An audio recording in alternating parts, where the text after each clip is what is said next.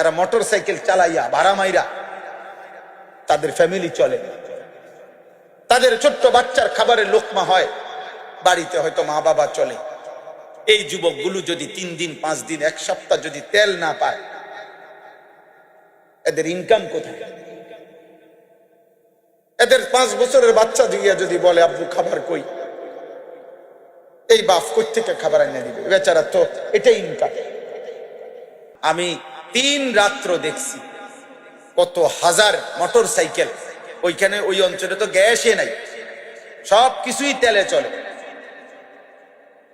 কত হাজার হাজার মোটর সাইকেল একটু তেলের জন্য, 1 লিটার তেলের জন্য ঘন্টার পর ঘন্টা, রাতের 3টায় গিয়ে দেখছি, রাতের 4টায় গেছি, কোনোভাবে সিস্টেম নাই তেল নেওয়া। মারামারি হানা, মানে ধাক্কা ধাক্কি, হই হুল্লোড়, এটা জাহান্নামের কারবালার মাঠ মনে হয়। ঢাকা শহরের একজন পরিচিত এসপি, উনি ফোন দিছে পরে ওসিকে, ওসি এসআই পাঠাইয়া, পুলিশ সদস্য পাঠাইয়া, এরপরে বহুত কষ্ট করে 3 দিন পরে আমার গাড়িতে তেল পুরাই গেছে। আবার গাড়ি গ্যাস নাই, তেলে চলে। তাহলে একটা আইটেম তেল শুধু, এটার একটু বন্ধ, শুধু মানে হরমুজ প্রণালী দিয়ে আসতে দিচ্ছে না, সাগরের একটা অংশ দিয়া, এতটুকুতেই গোটা পৃথিবী নাকানি চুবানি খায় ফেলছে, এলোমেলো হয়ে গেছে, গোটা পৃথিবীর সিস্টেম এলোমেলো হয়ে গেছে।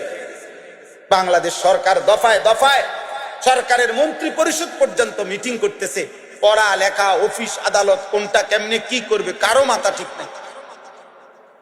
আমার যুবক, আমার সন্তানরা, আমাদের ছোট ভাই, তোমরা পৃথিবীর এই মুসিবত যাই হোক, তোমরা তোমাদের নারী ছবি, মোবাইল, অশ্লীল দৃশ্য, তোমরা তোমাদের চুল চেহারা, তোমরা তোমাদের আল্লাহর সাথে সম্পর্কহীন, সেজদাবিহীন এক রকমই আছো।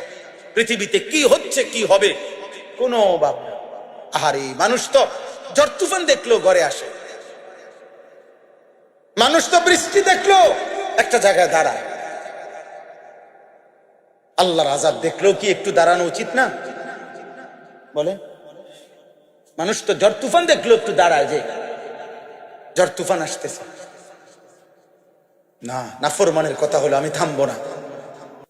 জীবন মানে গোলামি, জীবন মানে বন্দিগি, জীবন মানে আখেরা, জীবন মানে সেজদা, জীবন মানে রবের গোলাম, জীবন মানে মদিনার বন্ধুকে চেনা, জীবন মানে রাসূলুল্লাহ সাল্লাল্লাহু আলাইহি সাল্লামের একটা সুন্নাত অনুসরণ। এরই নাম হায়াত, এরই নাম জীবন। বাকিটা পশু, যেটার কোনো মূল্য নাই, কোনো মূল্য নেই। কোরআনুল কারীমের স্পষ্ট আছে সূরা নাবার মধ্যে, কিয়ামতের দিন আল্লাহ তাআলা সমস্ত জন্তু জানোয়ারকে কবর থেকে হাসরের ময়দানে উঠাবেন।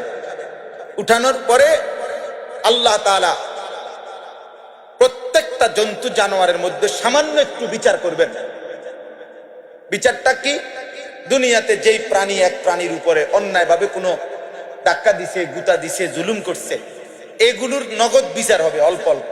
এই তুমি হেরে ধাক্কা দিয়ে দাও, তুমি হেরে ঠেলা দিয়ে দাও, ইত্যাদি ইত্যাদি। এরপরে আল্লাহ তাআলা বলবেন, সমস্ত জানোয়ার আজ হাসরের ময়দানে তোমরা সব মাটি হয়ে যাও। কি হয়ে যাও? খালাস, তোমাগো মাসালা শেষ, তোমাগো পর্ব শেষ। কোরআনুল কারীমের মধ্যে স্পষ্ট সূরা নাবার শেষ আয়াতের মধ্যে আছে, ঠিক এই দৃশ্য দেখে প্রত্যেকটা বেঈমান, নাফরমান, কাফের, পাপী আল্লাহর কাছে তামান্না করবে, ইয়া লাইতানি কুনতু তুরাবা, হায় মাওলা, আজ যদি এই জানোয়ারের মতো আমিও মাটি হয়ে যাব, তাইলে তো আজ আর আমার বিচার হইব না।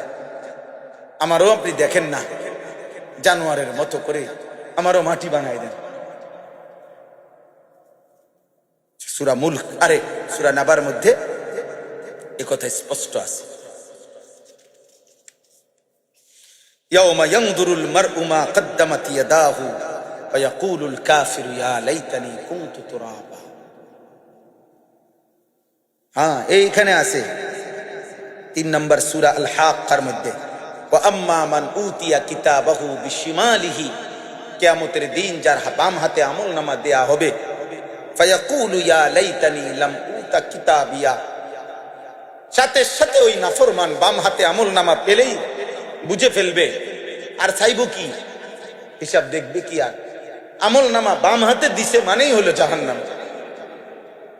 সাথে সাথে সে চিৎকার দিয়ে আবল তাবল বলতে শুরু করবে, ইয়া লাইতানি লাম উতা কিতাবিয়া, হায় আফসোস আমার আমল নামা যদি বাম হাতে না দিত, ওয়ালাম আদরি মা হিসাবিয়া, হায় আমি যদি আমার হিসাবের খাতা না পাইতাম, ইয়া লাইতাহা কানাতিল কাদিয়া, হায় এই মুহূর্তেই মৃত্যু এসে যদি আমাকে শেষ করে দিত, মা আগনা আন্নি মালিয়া, আমার কোনো মাল তো কোনো কাজেই আসলো না, হালাকা আন্নি সুলতানিয়া, আমার শক্তি ক্ষমতা তো সব শেষ হয়ে গেল।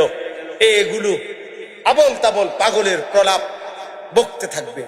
আরে দুনিয়ার মধ্যে মানুষের ফাঁসির ঘোষণা দিল, বড় কোনো মামলার রায় ঘোষণা দিল, তো মানুষ হঠাৎ করে ব্রেনে চাপ পড়লে আবল তাবল বলে, আর জাহান্নামের ঘোষণা শুনলে তখন সে এরকম চিৎকার দিয়ে আবল তাবল বলা শুরু করবে। আল্লাহর কসম আব্বা, কোরআন শরীফের আয়াত। তখন সে ছুটাছুটি শুরু করবে। আল্লাহ নিজে বলবেন, খুজুহু ফাগুল্লু, ফেরেশতাদেরকে বলবে, ফেরেশতাদেরকে আল্লাহ বলবে, ফেরেশতারা এই বেঈমানরে ধর, আরে ধর, ফাগুল্লুহু, তারে বেঁধে ফেল, সুম্মাল জাহিমা সাল্লু, অতঃপর বেঁধে জাহান্নামে ছুঁড়ে মার, মার লাথি, একটা লাথি দিবি যেন পোটলার মতো জাহান্নামে গিয়া পড়ে, এক লাথির লগে পালাইব। সুম্মা ফি সিলসিলাতিন যারউহা ৭০ যিরাআন ফাসলুকু, আল্লাহ তাআলা বলবেন, অতঃপর জাহান্নামে ফেলে দেওয়ার পরে জাহান্নামের ফেরেশতা ৭০ হাত, আল্লাহ বলবে জাহান্নামের ভিতরে যেসব ফেরেশতা দায়িত্বে আছে ওনাদেরকে বলবে ৭০ হাত আগুনের শেকল দিয়ে ওরে বেঁধে, ওর হাতে বা গলায় বাইন্দা আগুনের শিকল টানা, এটা দিয়া বেঁধে, ফাসলুকুহু, তারে পুরা জাহান্নামের মধ্যে কুত্তার মতো ঘুরাও, আর বাকিদের সাথে দেখায় দাও এর পাপ কি ছিল বলে দাও। আল্লাহ আমাকে মাফ করে দেয়। প্রিয় ভাই আমার, বন্ধু আমার, বহুত পেরেশানি। কেমনে বললে তোমরা বুঝবা, কি বললে তোমরা নামাজ পড়বা, কি বললে আর কত মুসিবত দেখলে মালিক চিনবে। আমি গত ৩ দিন, গত সপ্তাহে মঙ্গলবার, বুধবার, বৃহস্পতিবার, এই 3 দিন আমি ময়মনসিংহ কিশোরগঞ্জ মাহফিলে ছিলাম। আমি 3 রাত্র দেখছি কত হাজার মোটর সাইকেল, ওইখানে ওই অঞ্চলে তো গ্যাসে নাই, সব কিছুই তেলে চলে, কত হাজার হাজার মোটর সাইকেল একটু তেলের জন্য, 1 লিটার তেলের জন্য ঘন্টার পর ঘন্টা, রাতের 3টায় গিয়ে দেখছি, রাতের 4টায় গেছি, কোনোভাবে সিস্টেম নেই তেল নেওয়া, মারামারি হানা, মানে ধাক্কা ধাক্কি, হই হুল্লোড়, এটা জাহান্নামের কারবালার মাঠ মনে হয়। ঢাকা শহরের একজন পরিচিত এসপি, উনি ফোন দিছে পরে ওসিকে, ওসি এসআই পাঠাইয়া, পুলিশ সদস্য পাঠাইয়া, এরপরে বহুত কষ্ট করে 3 দিন পরে আমার গাড়িতে তেল পুরাই গেছে। আবার গাড়ি গ্যাস নাই, তেলে চলে। আমার সেদিন মনে পড়ছে, আমি কয়েকদিন প্রত্যেক দিন বলতেছি রে আব্বা, ঢাকা শহরে ওইখানেও প্রতিদিন ঢাকা শহরে হাজার হাজার ছেলে যুবক যারা মোটর সাইকেল চালাইয়া ভাড়া মাইরা তাদের ফ্যামিলি চলে, তাদের ছোট্ট বাচ্চার খাবারের লোকমা হয়, বাড়িতে হয়তো মা বাবা চলে। এই যুবকগুলো যদি 3 দিন, 5 দিন, 1 সপ্তাহ যদি তেল না পায়, এদের ইনকাম কোথায়? এদের 5 বছরের বাচ্চা দিয়ে যদি বলে আব্বু খাবার কই, এই বাপ কই থেকে খাবার এনে দিবে? বেচারা তো এটাই ইনকাম। মধ্যপ্রাচ্যে যারা আমাদের প্রবাসী আছে, সারা বিশ্বে লক্ষ লক্ষ, বিশেষ করে আরব বিশ্ব, আমাদের লাখ লাখ প্রবাসী, ওদের কাছে খবর নাও বাপ, ওদের হালাত কি? দুবাই ফাঁকা হয়ে গেছে, পৃথিবীর সবচেয়ে, মধ্যপ্রাচ্যের সবচেয়ে ধনী বিলাসবহুল, সবচেয়ে বেশি আনন্দ উল্লাস যারা করত সেই দুবাই। 160 তলা ভবন, যাদের 110 তলা ভবন, পৃথিবীর সবচেয়ে বেশি দামি পর্যটক ইউরোপিয়ান যেখানে ভিড় করত দুবাই। একটি হোটেলের ভাড়া এক রাত্রে, যেখানে 30 লক্ষ টাকা এক রাত্রে ভাড়াও ছিল, সেই দুবাই মাত্র এক মাস হয়েছে, এই মার্চ মাসের ব্যবধানে একদম ফাঁকা। তুমি অনলাইনে সার্চ দিয়া দেখো, তুমি লেখো, লিখে দেখো কি কয় দুবাইয়ের হালাত, দুবাইয়ের বর্তমান অবস্থা তুমি দেখো। হাজার হাজার মিলিয়ন মিলিয়ন ডলার প্রতিদিন লস যাচ্ছে তাদের। কি হবে আব্বা? আমাদের এই লাখ লাখ প্রবাসী যদি উপার্জনহীন হয়ে যায়, কি হবে আমাদের দেশে? তাহলে একটা আইটেম তেল শুধু, এটার একটু বন্ধ, শুধু মানে হরমুজ প্রণালী দিয়ে আসতে দিচ্ছে না, সাগরের একটা অংশ দিয়া, এতটুকুতেই গোটা পৃথিবী নাকানি চুবানি খায় ফেলছে, এলোমেলো হয়ে গেছে, গোটা পৃথিবীর সিস্টেম এলোমেলো হয়ে গেছে।